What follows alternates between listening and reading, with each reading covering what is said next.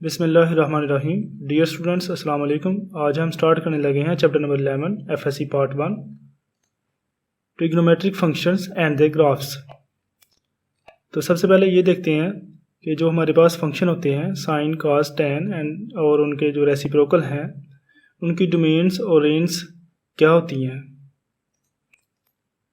तो देखें, जो हमारे पास फंक्शन है y = sin x, इसमें जो हमारे पास डोमेन है वो x की जो डोमेन है वो -इन्फिनिटी से लेके प्लस इन्फिनिटी तक होती है। यानी कि हमारे पास जो साइन, अगर हम यहाँ पे x की वैल्यू कोई भी वैल्यू पुट करें, वो कोई भी रियल नंबर हो, उसका कोई ना कोई आंसर आपके पास आएगा।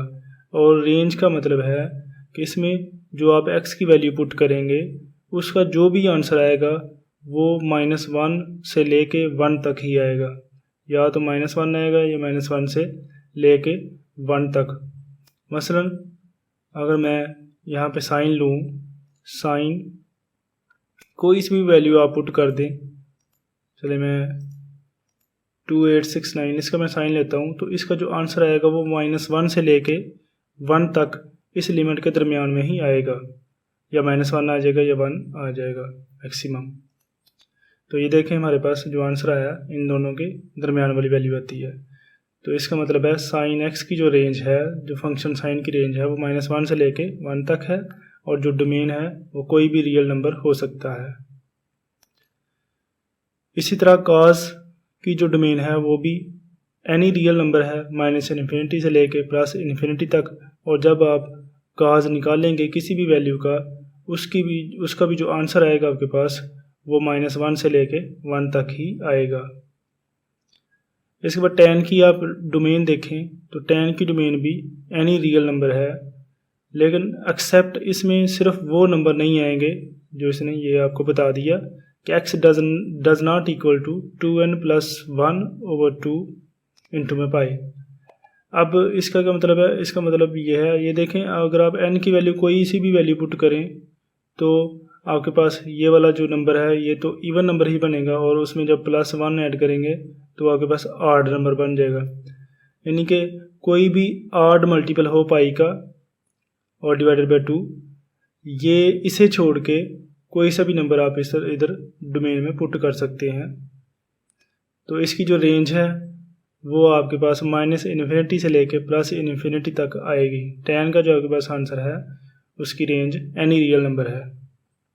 और y = cot x के केस में डोमेन -इन्फिनिटी से लेके प्लस इन्फिनिटी तक, और इसमें भी एक्सेप्शन है कि x doesn't equal to n pi, और n यहाँ पे एनी रियल नंबर है, और इसकी जो रेंज है वो भी -इन्फिनिटी से लेकर प्लस इन्फिनिटी तक है। y = secant x। अब ये जो secant x है ये आपको पता है कि ये cos का रेसिप्रोकल होता है। इसकी डोमेन ये है -इन्फिनिटी से लेके प्लस इन्फिनिटी तक, लेकिन इसमें एक्सेप्शन है 2n + 1 इंटू π/2, यानी कि एनी ऑड मल्टीपल ऑफ पाई और डिवाइडेड बाय 2। इसकी जो रेंज है आपके पास वो होगी y > 1। इसका जो आंसर है वो आपके पास या तो 1 से बड़ा होगा या 1 के इक्वल होगा, और या -1 से छोटा होगा या -1 के इक्वल होगा।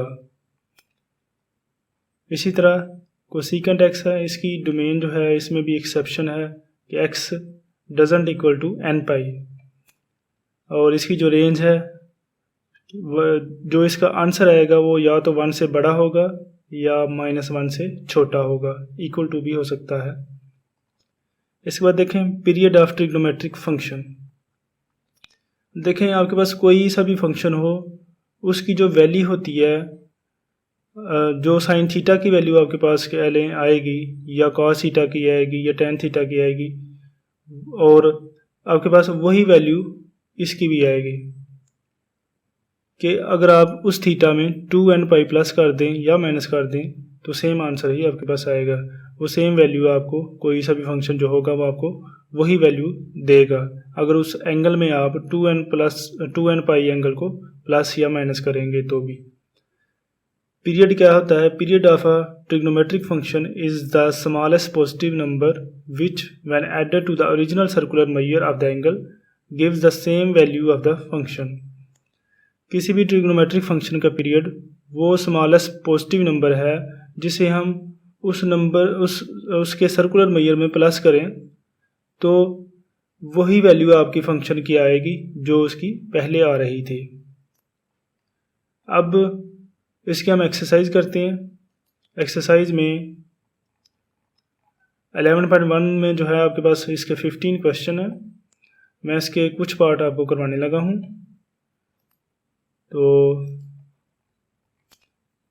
एक्सरसाइज करने से पहले आप ये देख लें, period of sine pi is 2 पाई, जो period of sine theta is 2 pi. Sine theta का पीरियड जो है आपके पास 2 पाई होता है। इसी तरह कास थीटा का पीरियड भी आपके पास 2 पाई होता है, लेकिन टेन थीटा का जो पीरियड है आपके पास पाई होता है। और जो साइन थीटा का उलट होता है वो आपको पता है कोसेकंड थीटा होता है, इसका पीरियड भी 2 पाई है। और कास थीटा का उलट जो होता है सेकंड थीटा होता है, इसका पीरियड भी 2 पाई है। और टेन का उलट जो है वो काट थीटा है, इसका पीरियड पाई है। बाकी सभी का 2 पाई है, टेन और काट का पाई है। तो एक्सरसाइज 11.1 देखें, इसका क्वेश्चन नंबर 1 देखें, साइन 3x, इसका हमने पीरियड फाइंड करना है। बहुत इजी है। साइन का पीरियड आपने अभी पढ़ा के 2 पाई है, तो आपने जस्ट 3x प्लस 2 पाई कर दिया।